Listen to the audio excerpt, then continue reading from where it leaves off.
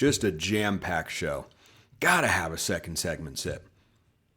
Let's talk about some defensive candidates. If Chris Hampton doesn't wind up being the defensive coordinator. Now, I think that's the most likely option. That's what I would like to happen. But you know what? Crazier things have transpired here in college football. So, in this segment, a couple of you sent me some names to evaluate for the defensive coordinator role, if it's not Chris Hampton, of course. And I'm going to give two different SSA takes for each of these guys. Desirability and feasibility. And there are four names here. And these are some good names. Some of you came up with some real legitimate names, and I went through and went, oh man, that's a good poll. That's college football knowledge right there. So let's start with D'Anton Lynn at USC. He has done a really good job with the Trojans on that side of the ball. And yes, Oregon just put up a lot of points and yards. That is far more personnel driven than scheme driven.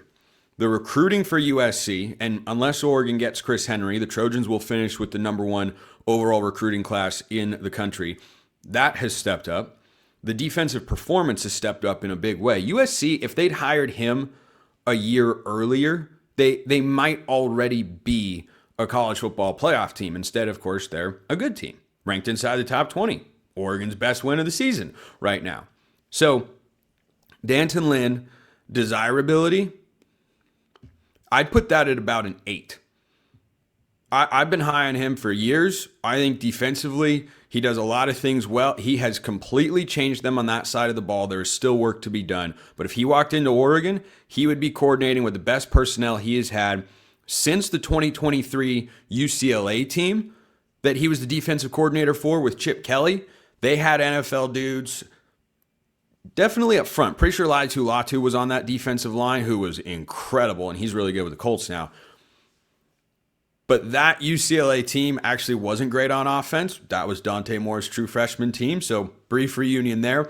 Desirability, 8. Feasibility, I think this is a 2.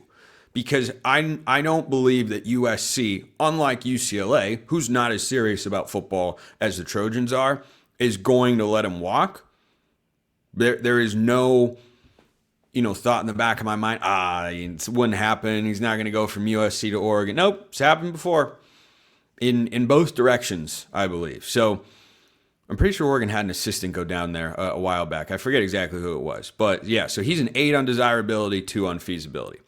Justin Wilcox, this is a 10 on feasibility. I'll start there. If Dan Lanning calls Justin Wilcox and says, would you like to be... Well, let me touch that down to 9.5. Still really high. If he calls Wilcox and says, do you want to be my defensive coordinator? I don't know how Justin Wilcox would say no. The only thought in the back of my mind was the whole, will he be Oregon's next head coach? He gets the offer. Was it a real offer? Was it just for show? I don't know. Maybe that rubs him the wrong way. Maybe it doesn't. But he played for Oregon. And the reason he got hired to Cal the last time he was a defensive coordinator was at Wisconsin in 2016, and their defense was really, really good. He was also at USC for a couple of years. He's been at Washington before. He's a West Coast guy. He's an Oregon guy.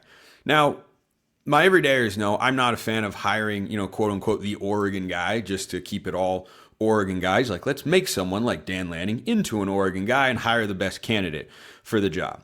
So when you hire a former head coach, yeah, I think there's some serious upside there because of the experience, and generally that guy's been a head coach because he was successful as a coordinator. Like guy I mentioned earlier this week on the show, Ryan Walters up at Washington. Why is he doing well? Because he's always been a good defensive coordinator. He just wasn't the right head coach for Purdue. I don't know who the right head coach for Purdue is in the modern era. They haven't won a Big Ten game since 2023. Desirability for Wilcox, I'd put that at about a 4. Like, I don't think it'd be the worst outcome imaginable. He hasn't called defensive plays in a long time. He's been a head coach for a while. I'm sure he'd get right back into the swing of things, and it'd be perfectly fine. Of course, he's working under Dan Lanning. But did I ever feel like his defenses were out scheming guys? No, they had more talent than you'd think Cal would have had on that side of the ball, and their defensive numbers at times were kind of up and down. So 9.5 on feasibility with Wilcox, and a 4 on desirability. Now here's a good one. Pete Kwiatkowski. He's the defensive coordinator at Texas. Desirability here, he's got familiarity with a big-time program. His results have been very good. The only reason Texas has the record that they do have, which is not going to get them in the college football playoff, nor should it, is that Arch figured things out in the second half, and their defense has been really good all season long. Not every single week, but as we've seen over the years, no defense can be perfect all the time, unless Ohio State. You're Ohio State, apparently, because, man, Matt Patricia doing a heck of a job. But, Texas has recruited very well over the last several years. It's Texas, kind of recruits itself. Guess what? It's Oregon, kind of recruits itself.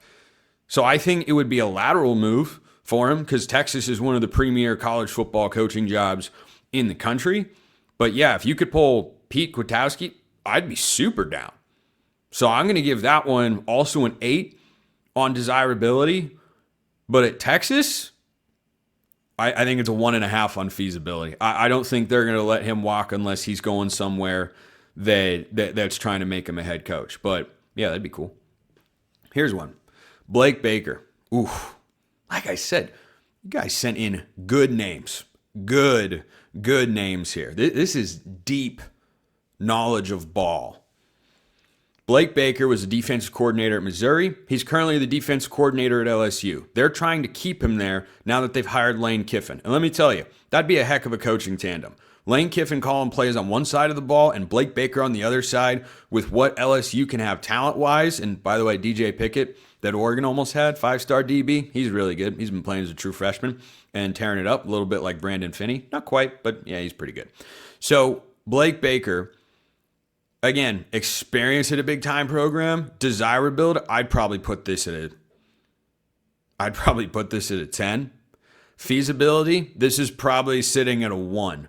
And I put this below Kwiatkowski, who I put at 1.5 because LSU, like Texas and USC, not going to just let their coordinators walk to be coordinators at a competitor because they've got the finances to pay him what he's worth. The other thing is Matt Moscona of Locked On LSU reported that Blake Baker interviewed for the Tulane head coaching job. So this is also probably a pipe dream in there.